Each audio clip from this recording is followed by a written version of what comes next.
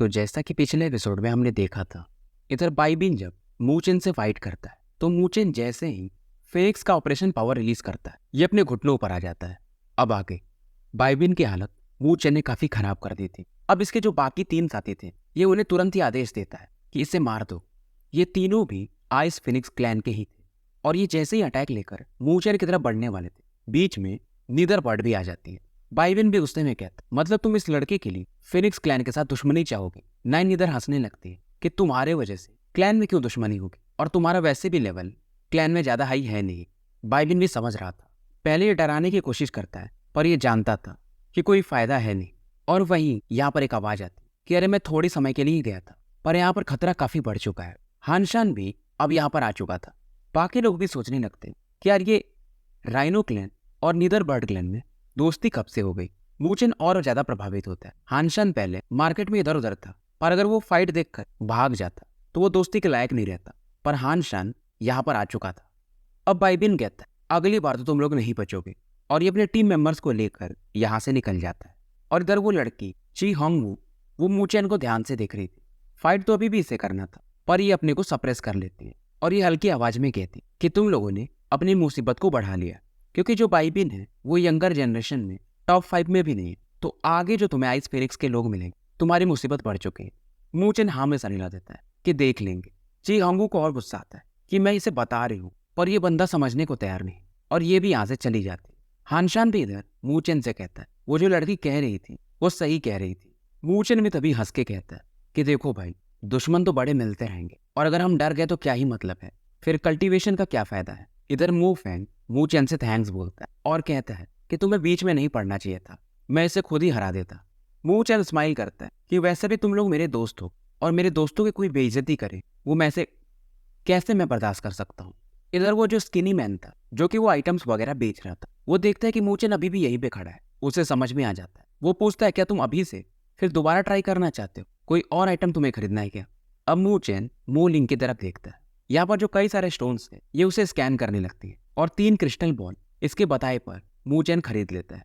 और वो skinny man भी सोचता है कि यार ये बंदा कुछ तो गड़बड़ है, क्या इसको पता चल जा रहा है क्या कि अंदर क्या है जिसे मैं भी नहीं देख सकता हूँ। न चाहते हुए भी 15 लाख सॉवरिन लिक्विड्स में तीनों आइटम्स ये मूचेन को बेच देता है। यहाँ से ये लोग निकल जाते हैं, और हानशान कहता है 2 दिन और लगेंगे, जो भी आइटम्स वगैरह चाहिए थे मैंने भी खरीद लिया है, और आज रात में एक सेफ प्लेस पर ये आराम भी करने वाले थे। इधर रात का समय हो चुका था, और मूचेन एक सेफ प्लेस पर बैठकर तीनों क्रिस्टल्स बॉल को लेकर बैठा हुआ था। हानशान वगैरह भी देख रहा था कि मूचेन इनके सील्स को ब्रेक कर रहा है। पहले वाले क्रिस्टल बॉल को जब ये उठाता है तो एक इसका भी हंच था कि शायद इसमें किसी डिवाइन मिस्ट का ब्लड हो सकता है। फ्लक्चुएशन के हिसाब से मे भी इसका स्टील का ये फ्लक्चुएशन था, और सेम वही टेक्निक यूज करके ये इसे भी ब्रेक कर देता है। और इसके अंदर से क्या निकलता है, एक आर्मर जिस पर कई सारे एंशिएंट सिंबल्स थे। कलर इसका पर्पल रंग का था, और ये वुमेन के लिए ज्यादा अच्छा था। इस दौरान ही एक पंच मार के भी इस पे देखता है, और ये आर्मर उस अटैक को तुरंत ही एब्जॉर्ब कर जाता है। ये एक डिवाइन ग्रेड का आर्मर था, जो कि 5 लाख सॉवरिन लिक्विड्स के लिए काफी कम में मिल गया था। मूचेन इस आर्मर को नाइन नीदर की तरफ उछाल देता है, और ये भी इसे ले लेती है। दूसरे वाले क्रिस्टल बॉल को ये ब्रेक करता है। इसमें एक ब्लैक ऑक्स का सिंग था। मूचेन भी हैरान था, और ये हानशान की तरफ देखता है कि क्या ये चीज तुम्हारे राइनो क्लैन का है। हानशान भी बताता है ये शायद हमारे एक एंसेस्टर का है, हमारे सिंग ही हमारे सबसे बड़े वेपन होते हैं। और हानशान भी कहता है कि ब्रदर मू, क्या आप ये मुझे बेच सकते हो। मूचेन स्माइल करता है और इसे दे देता है, पर फ्री में नहीं, क्योंकि हानशान अभी भी इनके उतना क्लोज नहीं था। हानशान इसे ऑब्जर्व करता है, और इसे भी मालूम था अगर ये किसी भी ऑक्शन में रखा जाए तो 20 लाख सॉवरिन लिक्विड्स इसका दाम तो लगेगा ही, और हानशान इसे 20 लाख सॉवरिन लिक्विड्स दे देता है। अब मूचेन अगले आइटम को ब्रेक करता है, और ये किसी हार्ट के समान था, और इसमें से जो फ्लक्चुएशन था काफी खतरनाक था। बाकी लोग तो एकदम हैरान थे, और हानशान बताता है शायद ये थंडर डिवोरिंग बीस्ट का हार्ट हो सकता है, और ये काफी रेयर माना जाता है। अब इसका जो कलर था वो सिल्वर था। हानशान बताता है कि अगर थंडर डिवोरिंग बीस्ट 10,000 साल से ज्यादा जिंदा रहे तो उसके हार्ट का कलर गोल्ड होता है, और तुम्हारे पास क्योंकि सिल्वर है तो कम से कम ये 1000 साल से ऊपर ही जिंदा रहा होगा। और अगर इसे मूचेन एक्सप्लोड करे तो अर्थली लेवल के सॉवरिन के नीचे के लोगों को ये इंजर्ड कर सकता है। अब ये इसका एक बड़ा ट्रम्प कार्ड था। इधर मूचेन हानशान से बातें करता है कि मिरियाड बीस्ट टॉम के हम काफी करीब हैं, और उस ट्रेजर बीस्ट को कैसे पकड़ेंगे, कुछ आपका प्लान है। हानशान हाँ में सर हिलाता है, और ये बताता है कि जब पिछली बार हमारे क्लैन के लोग गए थे तो 2 और क्लैन के लोग थे जिन्हें इन ट्रेजर के बारे में पता था। एक तो सीरियस क्लैन है और दूसरा गोल्डन लायन क्लैन। तो पक्का है कि ये लोग भी आएंगे और दोनों क्लैन काफी मशहूर भी हैं। सीरियस क्लैन के साथ हमारा कुछ अच्छा रिलेशन है तो हम मिल करके गोल्डन लायन क्लैन को भगा सकते हैं। पर तभी बीच में नाइन निदर भी बोलती कि मुझे जितना पता है सीरियस क्लैन वाले काफी कनिंग होते हैं तो हमें उनसे भी सावधान तो रहना ही पड़ेगा। हानसान भी इसकी बात से सहमत था क्योंकि दुनियादारी इसने भी देखी थी। और ये बता इन क्लैंस के अलावा कुछ 20 स्पिरिट भी हैं जो कि मर तो गए हैं, उनके स्पिरिट है यहाँ पर और वो भी काफी परेशानी खड़ी कर सकते हैं। उनको हम एक तरह से जॉम्बीज भी कह सकते हैं। हालांकि इनका पावर लेवल ज्यादा नहीं होगा, सॉवरेन 5 स्टार या 6 स्टार पर होगा, फिर भी ये परेशानी क्रिएट कर सकते हैं। पूरा प्लान ये लोग बैठ करके डिसाइड कर लेते हैं और इधर रात काफी घनी हो जाती और मूचेन वो जो इसका टेक्निक था self sacrificing demonic fish super level का स्पिरिचुअल आर्ट, इसे भी ये समझ रहा था। अगले दिन की सुबह होती और इनकी 8 की टीम आगे की तरफ बढ़ जाती है और वहीं यहाँ पर बाईबिन वगैरह को फिर से दिखाया जाता। इसके साथ में एक और बंदा था जिसका नाम था बाई मिंग और इसका पावर लेवल काफी ज्यादा था। और ये बाई मिंग पूछता भी है कि बाईबिन क्या तुम सही कह रहे हो, उस बंदे के पास सच में रियल फिनिक्स का पावर था। बाईबिन हाँ में सही लाता है कि मैंने फील किया था।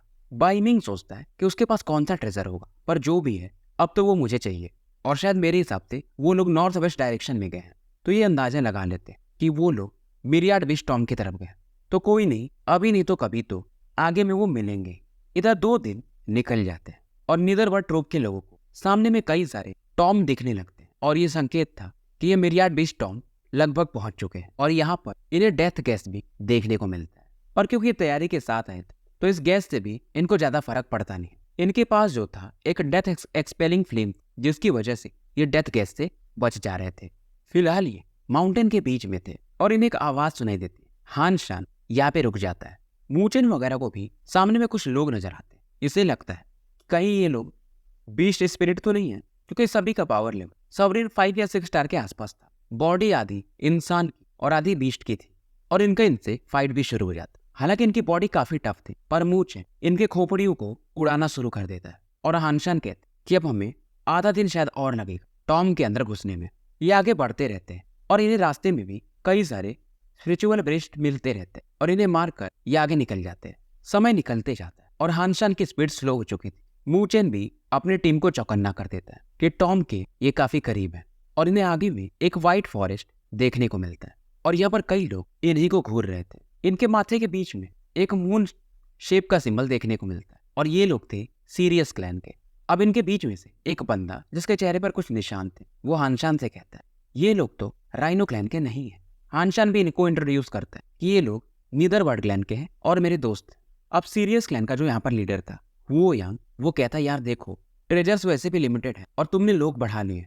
हानशान कहता है तुम टेंशन मत लो, मेरा जो हिस्सा होगा मैं इनसे बांट लूंगा, तुम्हारा पार्ट तुम्हें मिल जाएगा। वो यांग की नजरें खास करके मूचेन पर थी और इसे कुछ गड़बड़ फील होता है। फिर भी ये सोचता है कि वो नाइन निदर और वो दूसरा बंदा यानी कि मो फैंग वही दोनों सॉवरेन 7 स्टार पर, बाकी ये दो तो सॉवरेन 6 स्टार पर है। इतनी कमजोर टीम और हानशान इन्हें लेकर आया है पर ये कुछ बोलता नहीं है। मूचेन भी देखता है सीरियस क्लैन के 5 लोगों की तरफ। अब इनमें से जो 4 थे वो सॉवरेन 7 स्टार पर थे और 5वां भी लगभग 7 स्टार के करीब ही था। हानशान और वो यांग की बातें होती और वो यांग बताता है कि गोल्डन लायन क्लैन आधा दिन पहले यहाँ पर आ चुका है पर ज्यादा अंदर वो नहीं जा रहे हैं और हमें इन्फॉर्मेशन भी मिला कि अंदर में 15 स्पिरिचुअल बीस्ट हैं जिनका शायद पावर लेवल सॉवरेन 7 स्टार पर है।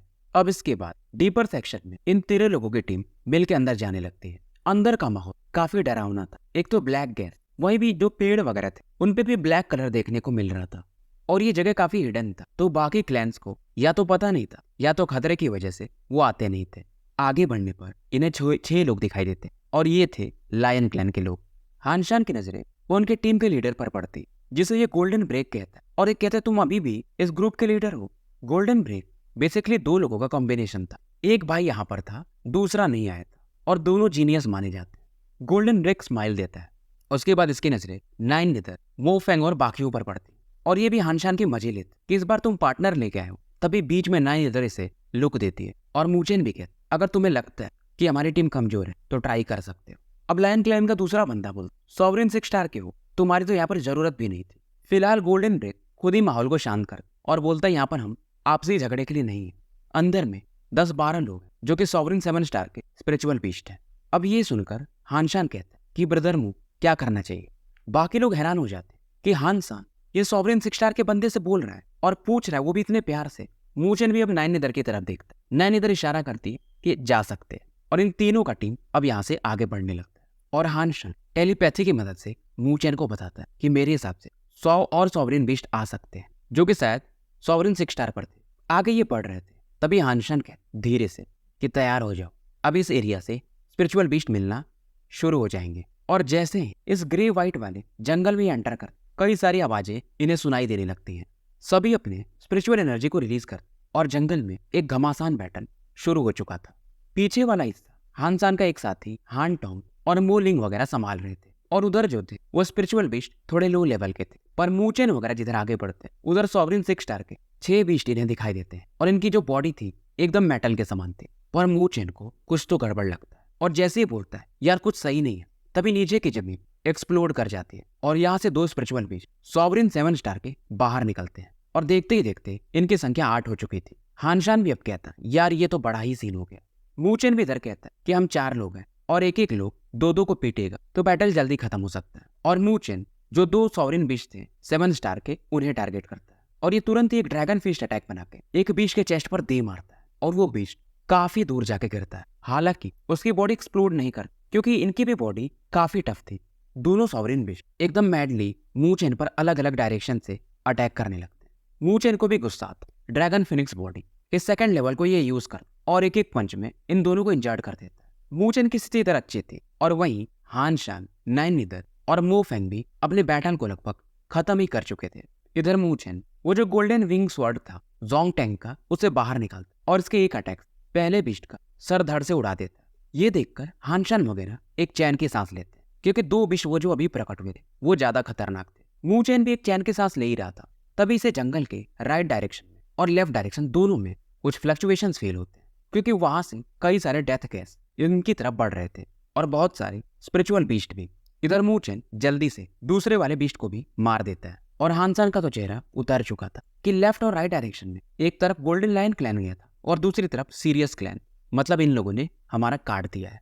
नैन इधर तभी कहती है मैंने तो पहले ही कहा कि ये लोग भरोसे के लायक नहीं, और पूरा खेल सीरियस क्लैन ने किया था। अब मूचेन इधर वो बीस्ट को मारने के नैन इधर वगैरह की भी हेल्प करता है। तो यहाँ पर जो पहले के 8 बीस्ट थे इन्हें ये मार चुका था, और पीछे वाले बीस्ट को मूलिंग और बाकी लोग संभाल रहे थे। नैन इधर कहती है अब करना क्या है, उधर से बीस्ट तो काफी संख्या में आ रहे हैं, शायद हमें पीछे ही हटना पड़ेगा। हानशान कहता है कि अगर पीछे हट गए तो ट्रेजर फिर नहीं मिल पाएगा। और ये देखकर एक आवाज यहाँ पर गूंजती है कि हानशान लगता है तुम्हें अभी भी ट्रेजर चाहिए। और यहाँ पर ऊपर में एक पेड़ पर गोल्डन लायन का गोल्डन ब्रेक और वो यांग सीरियस क्लैन का दिखाई देता है, और वो यांग हानशान को ज्ञान देता है कि ट्रस्ट काफी बुरी चीज होती है। और वो यांग कहता तुम्हारे साथ काम करके मुझे ज्यादा प्रॉफिट था नहीं, क्योंकि तुम्हारी टीम काफी कमजोर है, तो मैंने स्ट्रॉन्ग साइड का साथ ले लिया। हानशान भी कहता ठीक है, याद रखूंगा इसे, उम्मीद करना कि तुम मेरे हत्थे मत चढ़ना। ये सुनकर के वो यांग कहता है पहले यहाँ से जिंदा तो निकलो। इधर नाइन इधर सोचती कि वो जो स्पिरिट बीस्ट हैं वो इन दोनों पर क्यों नहीं अटैक कर रहे हैं, इससे भी लगता है कुछ तो गड़बड़ है। मूचेन इधर गोल्डन ब्रेक और वो यांग के आसपास एक ग्रे कलर का मेम्ब्रेन फील करता है, यानी इनकी बॉडी से भी डेथ गैस का स्मेल आ रहा था, जिसकी वजह से वो बीस्ट इन्हें अपना समझ रहे थे। अब हानशान भी जानता था कि जिंदगी ज्यादा इंपॉर्टेंट है। उधर से पूरे बीस्ट का गुच्छा आ रहा था, तो ये बोलता है कि पीछे हटना ही पड़ेगा। हालांकि इसे काफी अफसोस था कि मेरी बात मानकर मूचेन वगैरह इतनी लंबी जर्नी करके आए और क्या मिला। जैसे ये बोलता है कि पीछे हटते हैं, तभी मूचेन बोलता है वेट करो। मूचेन भी हंस के कहता कि हम भी अपने प्रेजेंस को स्पिरिचुअल बीस्ट के साथ मिक्स कर सकते हैं, मैं ट्राई करूंगा। और ये बताता है कि उन लोगों ने जो मेथड यूज किया उससे मैं काफी इंस्पायर हूँ। मूचेन इन्हें ज्यादा समझाता नहीं, ये तुरंत ही कुछ सील्स बनाता है, स्पिरिचुअल सील्स, और ये था स्पिरिचुअल एरे। इधर मूचेन एरे बना रहा था और वहीं दूर से आ रहे वो स्पिरिचुअल बीस्ट गुर्राना शुरू कर चुके थे, शायद एक आधी मिनट और ये करीब पहुंच जाएंगे। हानशान भी मूचेन की बातों को मान जाता और एक दाव ये भी खेल चुका था, क्योंकि मूचेन को ये काफी काम देखता है। मूचेन की तरह आंखें बंद थी, उधर वो गोल्डन ब्रेक और वो यांग हंस रहे थे। ये लगता है हानशान आज मर के ही रहेगा। मूचेन इधर स्पिरिचुअल एरे बना चुका था और इसमें कुछ कॉफिन्स के ऑरा मिक्स कर लेता है। इस टेक्निक को कॉफिन एरे कहा जाता है। वो जो बीस्ट आ रहे थे अब वो आना बंद कर देते। हानशान काफी खुश था, और वहीं गोल्डन ब्रेक और वो यांग का चेहरा उतर जाता है। ये बंदा कैसे कर सकता है, और इन सभी की नजरें फिलहाल मूचेन पर टिक जाती कि यार ये सॉवरिन 6 स्टार का बंदा, इसे निपटाना पड़ेगा। मोफेंग बताता है ऐसे तो हम अंदर भी जा सकते, पर मूचेन कहता है ये वाला जो मैंने एरे बनाया और अंदर में जो बीस्ट मिलेंगे वो ज्यादा पावरफुल होंगे, तो शायद ये मेरी टेक्निक वहां पर काम न करे। और वैसे भी जो पावरफुल बीस्ट है उनकी संख्या अंदर में कम ही है, तो ज्यादा टेंशन की बात नहीं है। इधर वो बीस्ट वगैरह वापस लौट जाते और मूचेन अपने एरे को भी गायब कर देता है। और मूचेन गोल्डन ब्रेक की तरफ स्माइल देके कहता है, लगता है मैंने तुम लोगों का काम बिगाड़ दिया है। हानशान इधर गोल्डन ब्रेक से काफी बहस करता है और हानशान काफी कॉन्फिडेंट था। इससे मालूम था कि मूचेन वैसे तो सॉवरेन 6 स्टार पर है और ये 4-5 सॉवरेन 7 स्टार के बंदों को भी संभाल सकता है, तो इन्हें मजा चखाना तो बनता है। इधर गोल्डन ब्रेक भी कहता कि मैंने हानशान तुम्हारा नाम काफी सुना है, तो आज हो ही जाए, मैं भी आज तुम्हारे पावर को सेंस करना चाहता हूँ। उधर वो यांग कहते कि वो जो 9 नीदर है उससे मैं फाइट करूंगा। और इनके टीम में एक बंदा था जिसको ये लोग वज्रा कहते थे गोल्डन ब्रेक की टीम में, उसे ये कहता है कि तुम उस मो फैंग से फाइट कर लो। ये बंदा भी वज्रा जो था एकदम मेटल टावर के समान सॉलिड बंदा था और बाकी 5 लोग ये पूरी टीम से फाइट करने के लिए भेज देता है और ये सभी भी सॉवरेन 7 स्टार के ही बंदे थे। गोल्डन ब्रेक काफी कॉन्फिडेंट था कि इन दोनों की टीम मिलकर उनको हरा देगी सामने वाले को। और गोल्डन ब्रेक अचानक से गायब होता है और सीधा हानशान के सामने प्रकट हो जाता है और वही वो यांग 9 नीदर के सामने प्रकट हो जाता है। 9 नीदर तुरंत ही अपने पर्पल फ्लेम को रिलीज कर देती है। वज्रा का फाइट मो फैंग से शुरू हो चुका था और वहीं बाकी 5 लोग मू चेन, मो लिंग और बाकी लोगों को घेर लेते हैं। हानशान भी कहता है कि मतलब इन तीनों को हम 3 संभाल रहे हैं, बाकी आप देख लो। मू चेन कुछ बोलता नहीं, थोड़ी देर इधर उधर देखता है और कहता है कि सभी पीछे आ जाओ, इन सभी को मैं ही संभाल लूंगा। अब ये सुनकर के चाहे यहाँ पर जो भी हो सभी शॉक्ड हो जाते हैं कि ये मू चेन क्या बातें कर रहा है। और गोल्डन ब्रेक तो गुस्से में कहता है कि उस लौंडे को मार ही दो, ज्यादा उछल रहा है। अब जो इसने 5 सॉवरेन भेजे थे 7 स्टार के, ये सभी एक ही साथ पहले मू चेन पर अटैक करते हैं। हानशान, 9 नीदर और मू फैंग को तो बिल्कुल भी चिंता नहीं था क्योंकि इनको मालूम था कि मू चेन क्या कर सकता है। 5 आगे बढ़।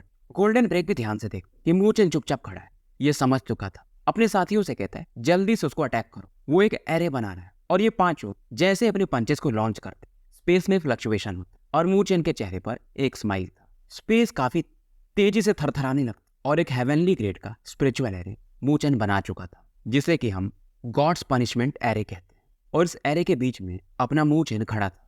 मंडेला ने मू चेन को 3 एरेस दिए थे जिनमें से ये जो गॉड पनिशमेंट एरे था सबसे पावरफुल था।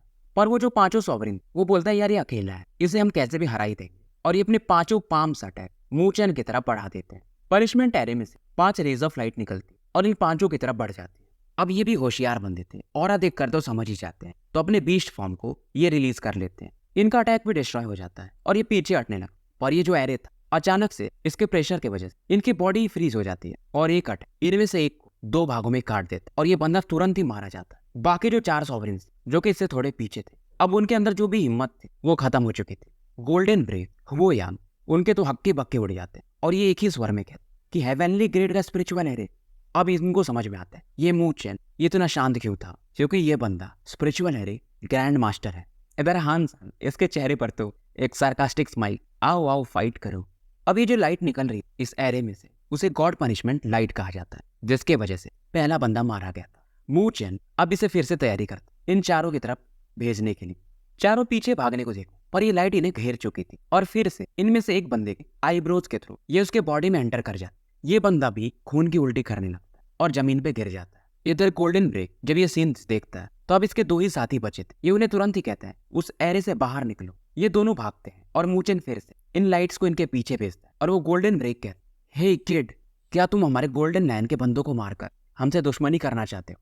मू चेन हंसता है, दुश्मनी वो तो पहले ही तुम कर चुके हो। और एक और बंदे लाइट ये आर पार निकल जाते। अब जो हानशान के बाकी साथी थे वो तो काफी खुश थे कि अच्छा हुआ हमारे लीडर ने मू चेन को साथ में लाया, ये बंदा गजब ही है, शायद मू चेन के रहते हुए हमें कोई हानि नहीं पहुंचा पाएगा। मू चेन फिलहाल तक 3 सॉवरेन्स को मार चुका था और एक इंजर्ड था। अब इसकी नजर आखिरी पर थी। ये अपने एरे को यानी उसके लाइट के पावर को आखिरी बंदे की तरफ भेजता है। तभी यहाँ पर एक खतरनाक लेवल का फ्लक्चुएशन हो और मू चेन का जो एरे था उसके मेन पॉइंट्स कई सारे अटैक्स आकर एक ही साथ लगते हैं और इसका एरे गायब हो जाता है। अब ये जो पावर था इसे फील करके हानशान भी सोचता है, क्योंकि ये जो पावर था ये गोल्डन ब्रेक से भी ज्यादा था। मू चेन उस डायरेक्शन में देख तो फाइनली ये बंदा आ ही गया। शायद इसे पहले से पता कि यहाँ पर एक बंदा छिपा हुआ है। हानशान जब इसे देखता है ये पहचान जाता और ये थोड़ा सा हकलाते हुए कहता तुम तो जिंग किंटियान हो, तुम यहाँ पर क्या कर रहे हो? और मैंने तो सुना था कि तुम कल्टीवेशन में हो, क्या तुमने सच में सॉवरेन 8 स्टार को ब्रेक कर लिया है? अब मू चेन भी इस बंदे को ध्यान से देख रहा था ये बंदा भी हंसते हुए कहता, सॉवरिन 8 स्टार पर जाना इतना भी आसान नहीं। तो मैं ऐसे ही बाहर आ गया और इसके बाद इसकी नजर एकदम मूचन पर आकर टिक जाती और ये मूचन से कहते, तुमने मुझे पहले ही फील कर लिया हो, है ना। मूचन कुछ बोलता नहीं पर इसने पहले ही इसे फील कर लिया था, इसीलिए ये जो 5 सॉवरिन्स थे 7 स्टार के, इन्हें मार रहा था ताकि ये बंदा बाहर है। पर ये बंदा भी काफी काम था और एकदम आखिरी में बाहर आता है और मूचन भी इससे कहता कि तुम सच में काफी क्रूएल हो, तुम चाहते तो इन 5 को बचा सकते थे। जिन किंगटियान हंसता है और कहता है, मैं मेक श्योर करूंगा कि तुम्हारी दफन यहीं पर हो। इधर हानशन मूचन को समझाता है कि मूचन सावधान रहे और इस बंदे के पावर के बारे में बताता है कि गोल्डन लायन क्लैन का ये सबसे सुप्रीम टैलेंट में से एक है, या कहे तो सबसे पावरफुल बंदा। ये बंदा जो है ये सॉवरिन 7 स्टार के पीक पर है, या हाफ स्टेप सॉवरिन 8 स्टार पर। उधर वो सीरियस क्लैन का हुओ यांग काफी खुश था, जो कि फिलहाल नीदर से फाइट कर रहा था। तभी 9 नीदर के, टेंशन मत लो, तुम थोड़ा जल्दी खुश हो रहे हो। हुओ यांग का यही मानना था कि मूचन को तो अब इतना टाइम ही नहीं मिलेगा कि वो एक एरे बना पाए। पर 9 नीदर जानती थी मूचन का असली पावर स्पिरिचुअल एरे थोड़ी है, इसका असली पावर तो इसके फिजिकल गॉड और स्पिरिचुअल आर्ट्स है। इधर गैंडे क्लैन एक बंदा मूचन से बोलता कि भाई अगर आपको जरूरत हो तो मैं भी साथ में आ जाऊं। पर मूचन बोलता है नहीं, मैं देख लूंगा इसे भी। जिन किंगटियान भी कहता है, लगता है तुम अपने में काफी ज्यादा कॉन्फिडेंट हो। मूचन भी स्माइल कर कि तुम भी ट्राई कर सकते हो। मूचन भी फिलहाल अपने ड्रैगन फिनिक्स स्क्रिप्चर के 2nd लेवल को मैक्सिमम लेवल तक पुश करके ट्राई करना चाहता था और ये तुरंत अपनी गोल्डन बॉडी को रिलीज करता है, यानी कि ड्रैगन फिनिक्स बॉडी।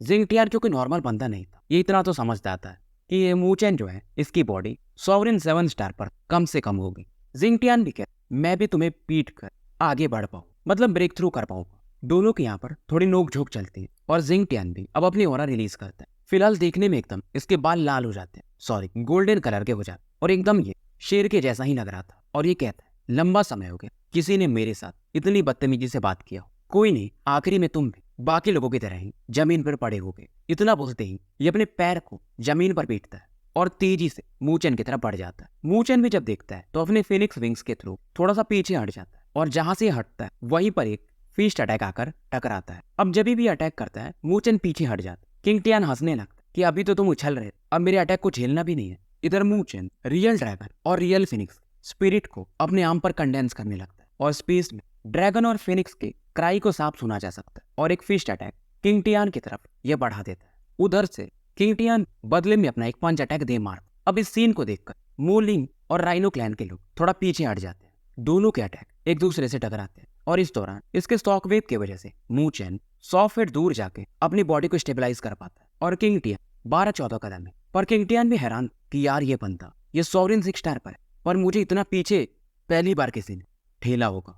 और दूर में जो बंदे खड़े गोल्डन ब्रेक और वो यांग, वो भी हैरान थे कि अगर ये हमसे फाइट करता तो कंफर्म नहीं था कि ये बंदा क्या कर सकता था। किंगटियान भी कहता है, मुझे नहीं पता तुमने इतनी पावरफुल बॉडी कैसे कल्टीवेट की, पर ये काफी रेयर है और क्योंकि तुम पावरफुल तो तुम्हें रेस्पेक्ट दिखाने के अब मैं अपना असली पावर तुम्हें दिखाता हूँ। और एक पावरफुल स्पिरिचुअल एनर्जी कंडेंस कर रहा है और मूचन से कहता है, क्या तुम मेरे स्पंज को रिसीव करने का दम रखते हो। ये तो बस ज्ञान की बातें कर रहा था और ये तुरंत ही इस पंच को आगे बढ़ा देता है। जहां से भी पंच गुजरता है वहां के स्पेस में फ्लक्चुएशन होने लगता है। अब इस अटैक को देखकर हानशान, 9 नीदर और बाकियों का भी चेहरा थोड़ा उदास हो जाता है कि ये अटैक सच में ज्यादा ही पावरफुल है। मूचन भी अब थोड़ा सीरियस था, ये किंगटियान ये सच में काफी स्ट्रॉन्ग है। मूचन इधर अपने सॉवरिनसी को यहाँ पे प्रकट करता है। ये गहरी सांस लेता है और अपने आस ड्रैगन फिनिक्स का एक गोल्डन शील्ड बना देता है। और वही दूसरी तरफ से वो जो गोल्डन लाइट अटैक आता है पंच वाला, वो मूचन के शील्ड से आके टकराता। हालांकि मूचन का शील्ड दिखने में काफी पतला दिख रहा, पर ये जो अटैक था शुरुआती क्षण में तो मूचन के शील्ड को ब्रेक भी नहीं कर पा रहा था। कोलिजन थोड़ी देर तक चलता है, मूचन के शील्ड भी डिस्ट्रॉय हो जाते और वही वो अटैक भी। और मूचन इस दौरान किंगटियान को एक स्माइल देता है। अब किंगटियान लगातार एक के बाद एक कई सारे पंचेज मारने लगता है। मूचन भी अब रुकता नहीं और ये भी अपने कई सारे फिस्ट अटैक इसकी तरफ बढ़ाने लगता है। दोनों एक फियर्स बैटल में जा चुके थे और पलक झपक 100 राउंड से ज्यादा ये फाइट कर चुके थे। हैरानी उन लोगों को थी जैसे कि गोल्डन ब्रेक और वो यांग कि ये मूच ये अभी भी बैटल कर रहा है और किंगटियान अभी तक जीते नहीं। ये बंदा इतना स्ट्रॉन्ग कैसे हो सकता है। अच्छा हुआ कि किंगटियान यहाँ पर था, नहीं तो पता नहीं हमारा क्या होता। पर गोल्डन ब्रेक का यही मानना कि मूचन की जो हो रहा है वो जल्दी एग्जॉस्ट हो जाएगी क्योंकि ये सॉवरिन 6 स्टार पर है। अब एक अटैक के दौरान दोनों अपने अपने डायरेक्शन में कुछ कदम पीछे हट जाते हैं। दोनों के ऊपर के कपड़े फट चुके थे। किंगटियान भी तेजी से थोड़ा सांस ले रहा था और इसके चेहरे पर थोड़े खून के भी निशान थे और फिलहाल गुस्से में अपनी ऑरा रिलीज कर अब इसके चेहरे के पास 8 और सर आने लगते गोल्डन लायन के। हालांकि ये थोड़े से धूमिल थे यानी कि इल्यूजनरी। अब ये संकेत था कि इसने अपने क्लैन का जो golden 9 headed lion blood line है उसे अवेकन कर लिया है। अब ये एक सीरियस मैटर था। हानशन वगैरह जानते थे, नाइन इधर भी जानते थे कि अपने क्लैन का डिवाइन ब्लड लाइन अवेकन करना मतलब फाइटिंग पावर वगैरह काफी बढ़ जाएगा। अब इस सीन को देखकर मू चेन भी finally the great solar undying body को रिलीज कर देता है। तो बैटल था the great solar undying body versus 9 headed lion. King Tian भी कहता कि इस लेवल तक फोर्स मुझे पहली बार किसी ने किया है। ये भी समझ चुका था कि मू चेन को हराना इतना आसान भी नहीं, और मू चेन को यह भी मालूम था कि इसके जो बाकी 8 सर हैं वो अभी भी हल्के हैं एकदम, यानी इनका एक शैडो टाइप बस बन रहा है। अगर ये एक्चुअल फॉर्म में आ जाए, अगर ये बंदा उस लेवल तक पहुंच जाए तो इसे हराना असंभव जैसा हो जाएगा फिलहाल के लेवल के हिसाब से। किंग टियान अपने दोनों हाथों को एक दूसरे के साथ मर्ज करता है, स्पिरिचुअल एनर्जी को ये कंडेंस करता है और एक धीरे से पंच मू चेन की तरफ बढ़ा देता है। पंच देखने में तो काफी स्लो जा रहा था, पर जो एनर्जी थी वो काफी वायलेंट थी।